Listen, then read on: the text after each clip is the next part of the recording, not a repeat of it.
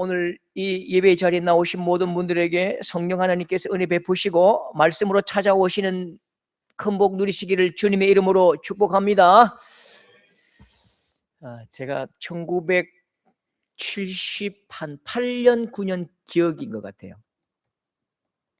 한 해가 딱 시작되면요, 12월 25일쯤부터 동네마다 돌아다니시는 할아버지 한 분이 계십니다. 토정비결 할아버지, 갓을 쓰고 흰 도포를 입고 수염을 길게 내리고 자기도 모르는 한문책을 2권 끼고 이제 동네 다닙니다. 이분들은 누구든지 만나면 반말을 합니다. 무조건 반말을 시작합니다. 부정 타기 전에 빨리 대보소, 안 되고 뭐하노? 이러면 이제 갑자기 그 포스에 딱 질린 동네 아줌마들 할머니들이 다 그냥 이 호구조사 다 비밀을 분다고요. 예, 기축생 정을 초사을이고요, 자시에 태어났습니다. 이 할아버지가 어떤 말을 해주느냐에 따라서 1년 동안 그 집의 분위기가 달라지더라고요. 자기도 모르는 말 한다고 토정비계 딱 뭐 쓰면서 해가 빛을 잃을 때에 기니 나무 열짐을 지고 집으로 오는 운세로다. 예터가 허물어지니 새싹이 돋을 징조로다. 아무튼 굉장히 아리송하게 점괘를 딱 내는데요, 느낌 좋잖아요. 그럼 그 점괘를 들은 동네 엄마, 아버지, 할아버지, 할머니, 애들까지 막 좋아, 막 죽어요. 막 좋아서 막 웃는데요, 웃지 않고 고개를 툭 숙이는 존재들 있죠. 닭들입니다. 닭. 예. 닭들은 고개를 툭 들고입니다. 왜냐하면 점괘가 좋으면 닭을 잡아서 할아버지를 대접하거든요. 근데 약간 할아버지가 좀 기분이 나쁘다 그러면 엉뚱한 점괘를 주더라고요. 한섬 거두었으나 밑 빠진 독이 10섬이라 쥐떼가 많아 쌓일 곳이 없겠네, 뭐 이렇게 해버리니까 거죠. 그러면 이제 1년 내도록 그 집안 분위기가 어둡습니다. 좋지 않은 일이 조금만 일어나도 한 3, 4월쯤에 좋지 않은 일이 약간 일어나잖아요. 손톱 하나 다쳐도 아이고 새그레 운수가 더럽더만, 아이고 내 팔자야, 뭐 이렇게 이제 나가는 거죠. 여러분 그런 분 안 계셨어요? 우리만 있었나? 모두 처음 듣는 토정비결 할아버지 몰라요? 예, 모르는 것처럼 말씀하시는데요. 요게 이제 조금 지나면 약발이 떨어지면 어른들이 이제 화투점을 칩니다. 화투점 아십니까? 전혀 모르십니까? 예. 10장을 오른쪽으로 깔고 밑으로 4장을 깔고요, 8장을 손에 쥡니다. 그래서 탁탁 뒤집으면서 점을 치는데요, 40장과 내 손에 든 40장하고 이게 탁 잘 뒤집어지면 어른들이 아이고야 오늘 재수 좋을란갑다 하고 막 기분 좋게 일하러 나갑니다. 그런데 이제 10장도 못 뒤집고 8장 손에 있는 8장이 오링 되잖아요. 그러면 아이고 오늘 공쳤다, 나가면 차에 받쳐 뒤지든지 또랑에 받쳐 막 또랑에 빠져 죽지, 이렇게 하면서 이불 속으로 들어가는 거죠. 이게 우리 옛날 70년대 60년대는 항상 그랬습니다. 90년대는 좀 그런 일이 없었는데요, 우리 민족은 사람의 운명이 사주팔자로 정해져 있다고 믿었어요. 오늘 이렇게 발달한 시대에도 곳곳마다 여러분 점집이 굉장히 많습니다. 동성로에 빈 가게들이 많은데 무엇으로 채워질까요? 옷가게 빠지면 타로 점집, 핸드폰 가게 빠지면 타로 점집으로 다 채워집니다. 이게 희한한 건요, 이 운명사상이, 미래가 정해져 있다는 운명사상이 아주 교회에도 교묘하게 침투되어서 교회 안에도 그걸 믿는 사람이 있어요. 하나님의 예정하심, 하나님이 예정하셨대요. 하나님이 예정하셔서 우리는 하나님이 예정하신 그 길을 따라가면 된대요. 신앙생활 오래 하면 할수록 이렇게 이상한 교리에 빠진 분들이 많더라고요. 하나님이 다 내 갈 길 정해놨다, 하나님께서 내 갈 길 다 정해놓으셨으니까 내가 어떤 결정을 내려도 나는 그 결정을 따라가게 되어 있다, 이런 이상한 종교를 믿는 분들이 교회 안에 굉장히 많습니다. 제가 문제를 내볼까요? 이거 맞추면 큰 상을 줄 수 있습니다. 이거 주스죠. 아침에 주스 오렌지 100%. 제가 이걸 마실까요? 안 마실까요? 마실까요? 안 마실까요? 또 한 가지, 마실지 안 마실지 하나님은 아실까요? 모르실까요? 하나님은 아시겠죠. 왜냐하면 하나님은 시간 속에도 계시지만 시간 위에 계시잖아요. 하나님은 과거와 미래와 현재, 과거, 현재, 미래 위에 계십니다. 하나님은 시간 위에 계시기 때문에 그 결과를 아시겠지요. 그런데 내가 마실까 마시지 않을까, 하나님께서 제가 이걸 마실까 마시지 않을까 결정해 놓으셨을까요? 그건 아닙니다. 하나님이 결정하셔서 내가 마시고 하나님이 결정 안 하셨기 때문에 안 마시고, 그게 아니라니까요. 자, 다시 한번 질문해 볼게요. 제가 이 주스를 마실까요? 안 마실까요? 그렇죠. 정확합니다. 누군지 모르겠지만 아주 훌륭하십니다. 이건 하나님이 결정한 게 아니고요, 저에게 위임하신 문제입니다. 이건 네가 결단의 문제죠. 결정의 문제죠. 내 마음인 거예요. 내가 김상조가 하나님의 영성과 하나님의 인격으로 지어진 존귀한 가치가 있는 하나님의 형상이 마시기로 결심하면 맛있네, 마시는 것이고, 마시기로 결정하지 않으면 안 마시는 겁니다. 우리 삶은 모두가 이렇다니까요. 바로 이 시간, 바로 지금 나의 주체적인 결정과 결단이 미래를 가져옵니다. 제가 아는 어떤 분, 결혼을 아주 오랫동안 못 하셨는데 한 60 다 되셨는데, 하나님 보여주십시오, 보여주십시오, 내게 예비한 자매를 보여주십시오, 보여주십시오. 35년 동안 보여주시는데 아마 30년 동안도 안 보여주실 거예요. 결혼하려면 어떻게 해야 돼요? 하나님 보내주십시오, 보내주십시오. 누굴 보내? 백설공주를 보낼까? 신데렐라 보낼까요? 누굴 보내요? 네가 만나야지. 네가 선을 봐야지. 선을 보면 안 된대요. 왜요? 믿음 없는 짓이래요. 영원한 독신의 은사가 충만하신 분이지요. 그건 아니지요. 오늘 나의 주체적인 결정이 미래의 열매를 맺고 미래의 결과를 가져오는 것입니다. 그게 하나님께서 우리를 인격으로 만드셨고 하나님의 마음을 주셨고 하나님의 성품을 주신 하나님의 형상으로 만드신 하나님의 방법입니다. 선택을 우리에게 맡기셨다고요. 선택을 우리에게 맡기시고 네가 해보라. 그게 하나님께서 우리를 인격적으로 대하는 방식입니다. 이거 안 무면 죽는다. 이거 딱 무어야 된다. 안 무면 그냥 막 이빨 뽑는다. 그 폭력이지요. 폭행이지요. 하나님은 그렇게 우리를 대하지 않으신다니까요. 여러분, 하나님께서 우리에게 허락하신 시간은 현재, 바로 오늘 이 시간입니다. 사람은 누구나 현재의 시간을 살아갈 뿐입니다. 바로 오늘 내가 결정하고 내가 행동하고 그 결과가 미래로, 열매로 나타나지요. 사람의 미래는 결정된 것이 아닙니다. 사람의 미래는 닫히지 않았습니다. 열어두셨습니다. 마음껏 해보라고, 마음껏 꿈꿔보라고, 마음껏 날아보라고 우리의 미래를 열어두셨다니까요. 그게 은혜인 거예요. 오늘 말씀에 여러분, 말씀에 기록된 예정이라는 단어가 있잖아요. 예정은 미래를 아는 것이 아닙니다. 현재 내가 선 자리에서 과거를 돌아봅니다. 현재 내가 선 자리에서 과거를 돌아볼 때에 살아온 시간마다 흔적마다 발자국마다 누가 보여요? 내 힘으로 살아온 것 같았는데 곳곳에 하나님의 은혜가 있고 곳곳에 하나님의 형성이 있고 하나님께서 만지시고 함께 하신 은혜가 분명히 보이잖아요. 눈동자와 같이 지키심을 본다고요. 느낀다고요. 그러니까 과거에 내 이 온 세월 60년 70년 세월이 내 힘으로 산 것이 아니라 하나님의 도우심과 하나님의 은혜로 살아왔구나, 하나님의 인도하셨구나, 그렇게 감사합니다. 그리고 그 자리에서 미래를 봅니다. 미래는 모르지요. 미래가 내게 어떤 일이 일어날지 미래는 모르는 것입니다. 나는 알지 못하는 미래의 시간을 믿는 게 아닙니다. 나의 미래도 함께 하실 것이라는 하나님을 믿는 것입니다.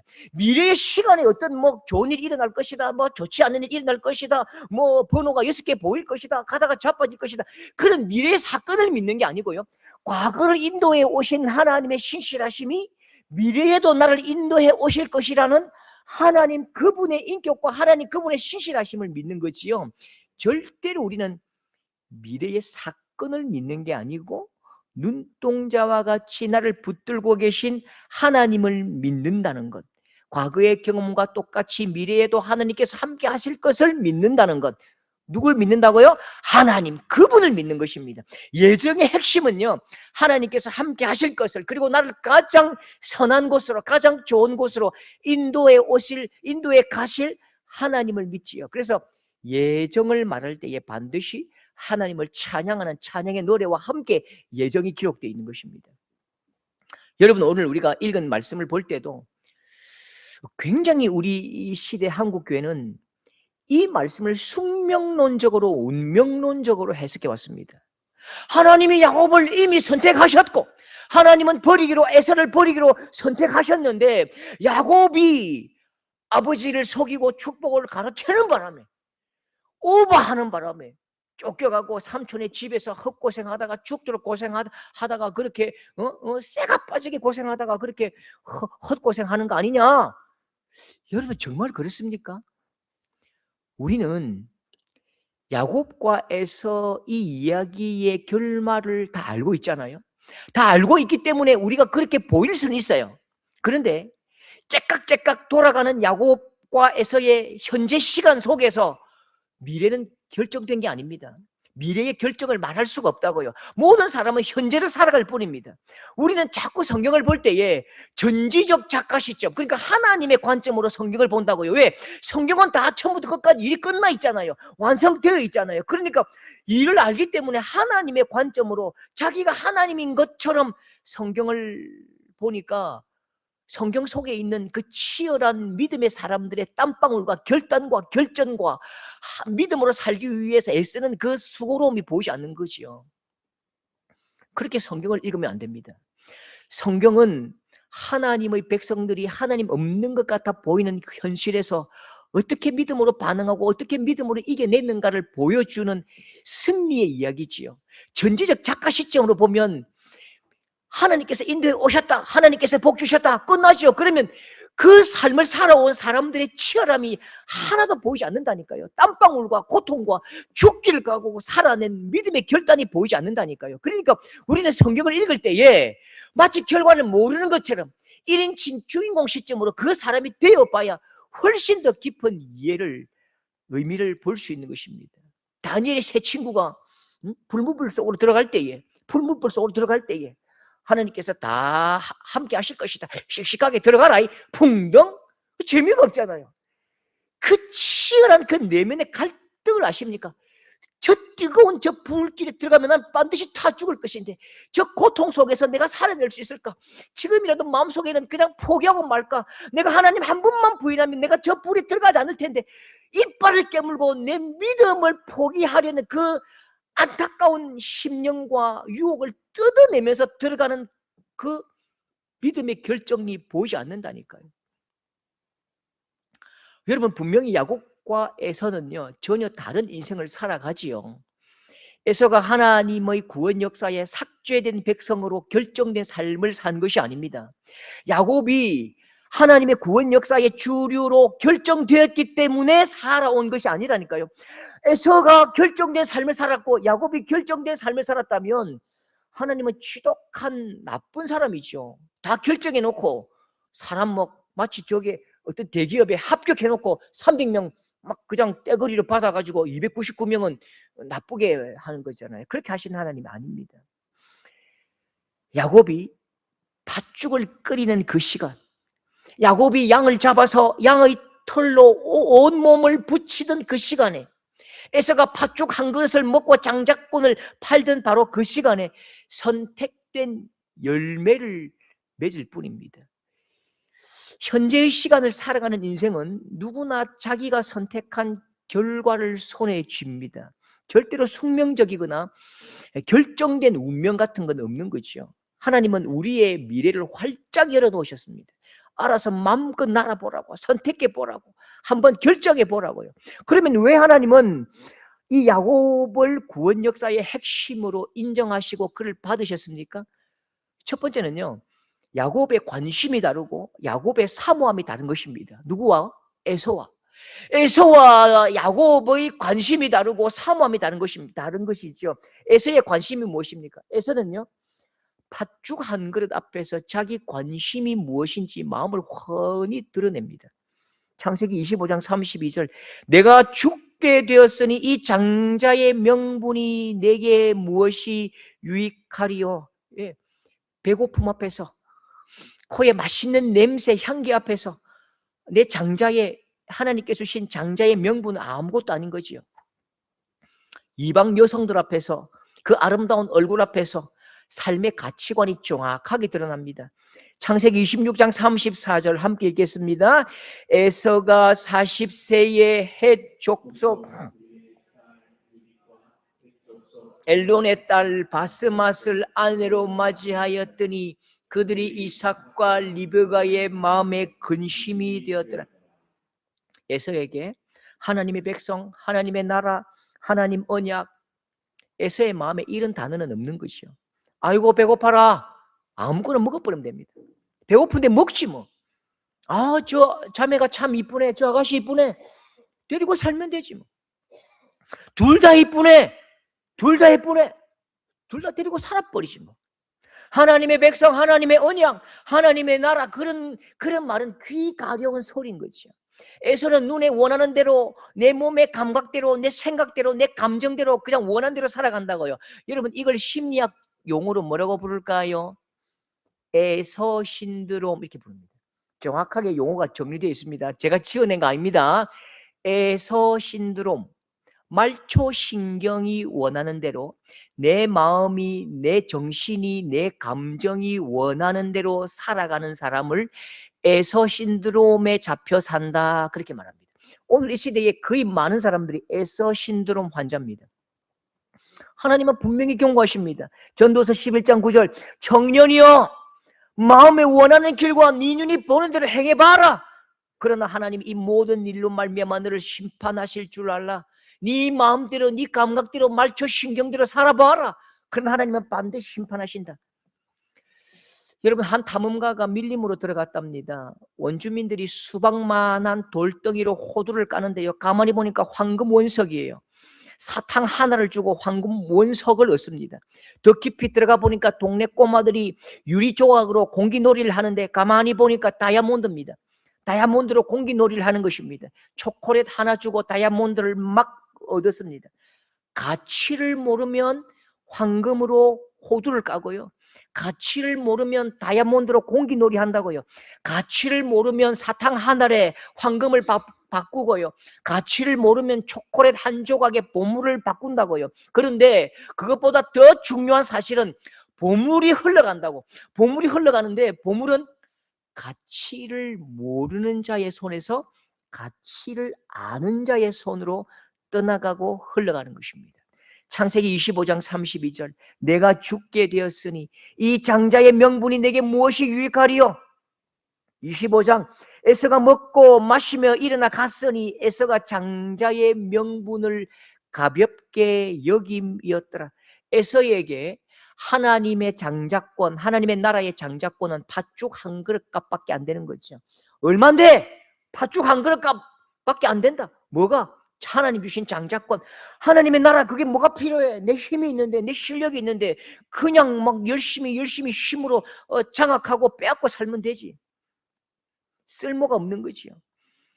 하나님은 가치를 알지 못하는 에서의 손에서 빼앗아서 존귀한 가치를 알고 사모하고 열망하는 야곱의 손에 꼭 쥐어주시는 것입니다. 여러분, 오늘 이 세상을 어떻게 한 줄로 표현할까요? 가치 혼돈의 시대입니다. 진짜 존귀한 가치가 무엇인지 알지 못하고 헛된 가치에 매몰되어 사는 거지요. 베드로전서 2장 7절도 분명히 말씀하십니다. 그러므로 같이 합시다. 그러므로 믿는 너희에게는 보배이나 믿지 아니하는 자에게는 건축자들의 버린 그 돌이, 예수 그리스도를 표현하면서 믿는 우리에게만 보물이고 우리에게는 존귀한 생명을 얻는 가장 소중한 가치일지라도 믿지 않는 그들에게는 아무것도 아니고 버린 건축자의 조각난 돌뿐이라는 것이죠. 지금도 가치가 혼돈된 세상입니다. 참 가치가 무엇인가? 진짜 중요한 가치가 뭐죠?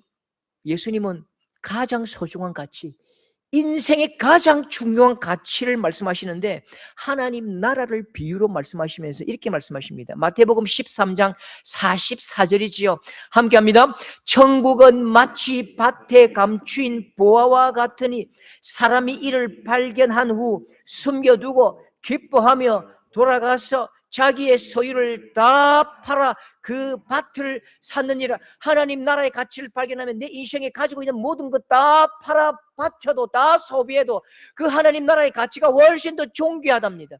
하나님 나라의 가치 앞에 여러분 꿋꿋하게 서는 여러분 될 수 있기를 주님의 이름으로 축복합니다. 하나님 나라의 가치를 발견하고 똑똑히 그 가치를 보십시오. 그 가치는 어디로 흐릅니까?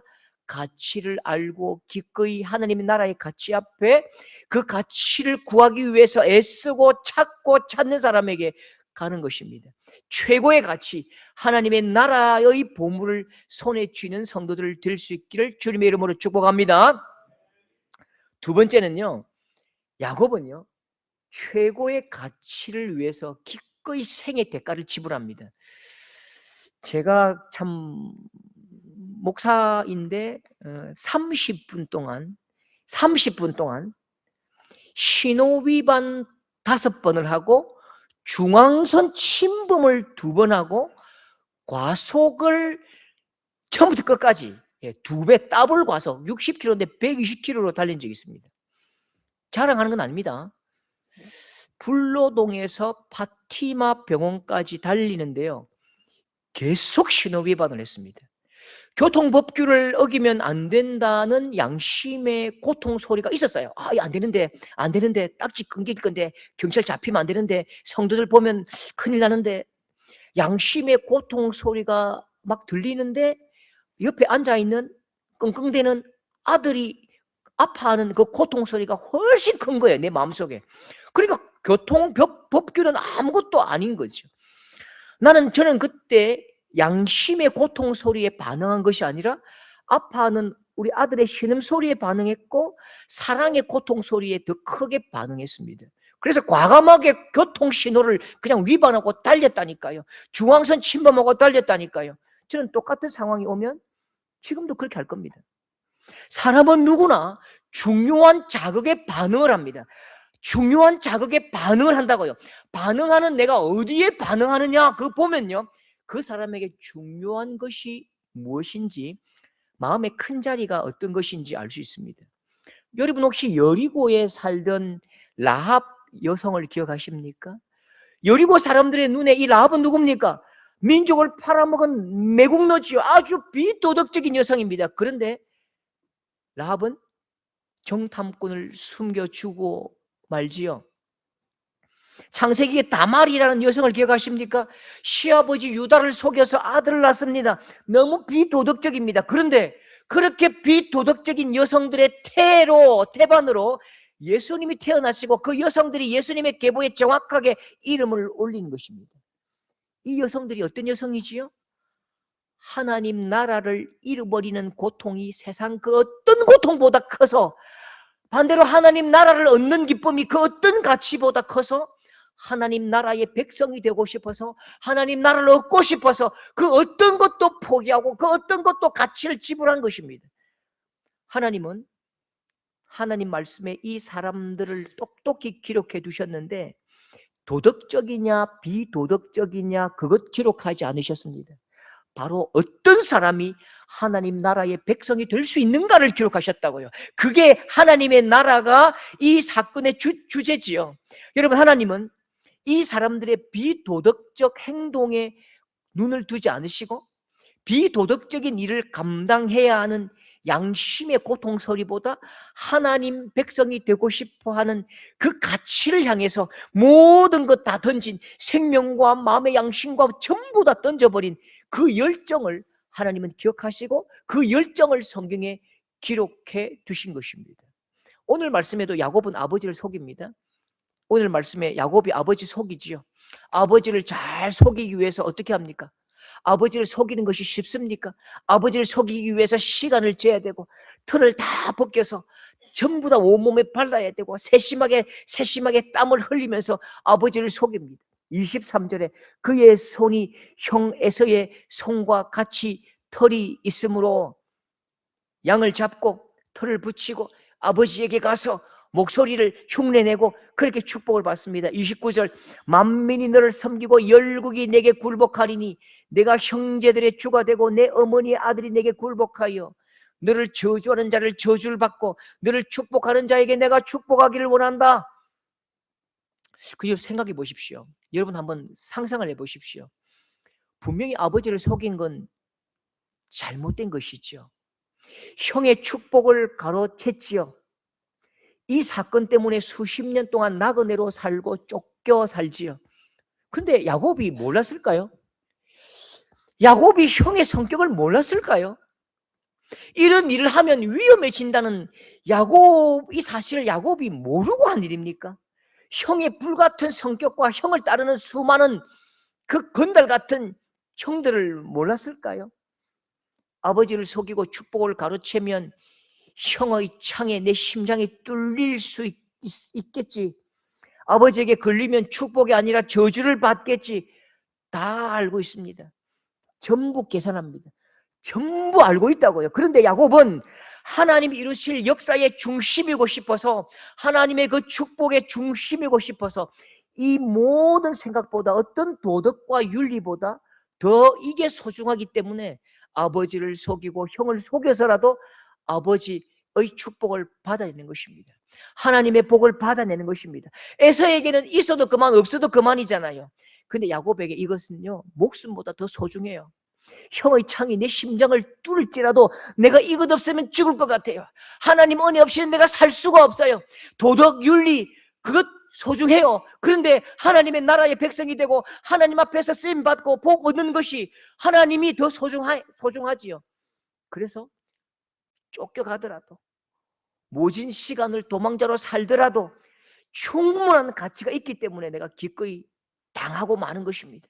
도망가는 것입니다. 기꺼이 내가 지불하는 것입니다. 참 재밌는 것은요, 하나님은 오늘 이 야곱과 에서를 기억하시면서 아버지를 속이면 안 된다, 속이면 벌받고 쫓겨나서 죽도록 고생한다, 이런 도덕을 결론으로 말씀하지 않으십니다. 악한 방법으로 하나님의 축복을 가로챈 놈이라고 야곱을 징계하거나 야곱의 이름을 더럽게 기록하지 않으셨습니다. 하나님은 야곱을 어떻게 기억하시죠? 하나님께서 야곱을 기억하십니다. 그리고 만세에 이 이름이 야곱의 이름이라고 하나님의 기억을 우리에게도 알려주셨어요. 호세아 12장 3절 4절 함께 읽겠습니다. 야곱은 하나님과 겨루어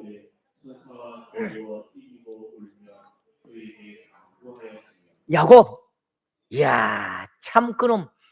하나님의 말씀에 의하면요, 야곱 참 그놈, 내 속바지에 있는 쌈짓돈도 가져갈 놈이다. 내 속바지에 있는 쌈짓돈도 가져갈 놈이다. 소중하고 중요하고 가치 있는 것을 위해서는 때를 쓰고 울고 불고 씨름하고 막 머리를 쳐박고 달려들고 내 바지가랑이 내리고 내 다리를 거두고 그래가지고 제가 내 받을 복을 다 가져가고 아버지 복도 취하더니 내가 축복하지 아니하시면 안 간다 해서 내가 그의 머리에 축복하고 이스라엘의 이름을 새겨줬잖아. 이렇게 말씀하시면서 하나님이 화를 내셨을까요? 하나님께서 막 불쾌하고 불편하고 막 지옥으로 던져버리실까요? 아니에요. 아버지의 마음은 굉장히 기쁜 겁니다. 아버지의 마음은 너무너무 행복한 것입니다. 이놈 야곱이 뭐 안다? 이놈 야곱이 뭐 안다? 아버지 이 하나님이 축복하고 은혜 베풀어야 산다는 사실을 아는 것입니다. 하나님의 나라가 얼마나 소중하고 그것이 내 모든 것 다 팔고 바꿀만 하다는 것 아는 것입니다. 그런 야곱이 흐뭇하지요. 호세아 12장에 정확하게 야곱을 기억하십니다. 하나님과 겨루어 천사와 이기고 울며 불며 그에게 간구하였다. 간구한 건 내가 다 주었다는 그 뒷말씀을 새겨 놓으신 것입니다. 여러분 대구에 뭐가 제일 유명하죠? 대구에 뭐가 제일 유명해요? 대구라고 하면 사과? 팔공산 갓바위? 요즘 대구 하면 보수 이렇게 알고 있지요.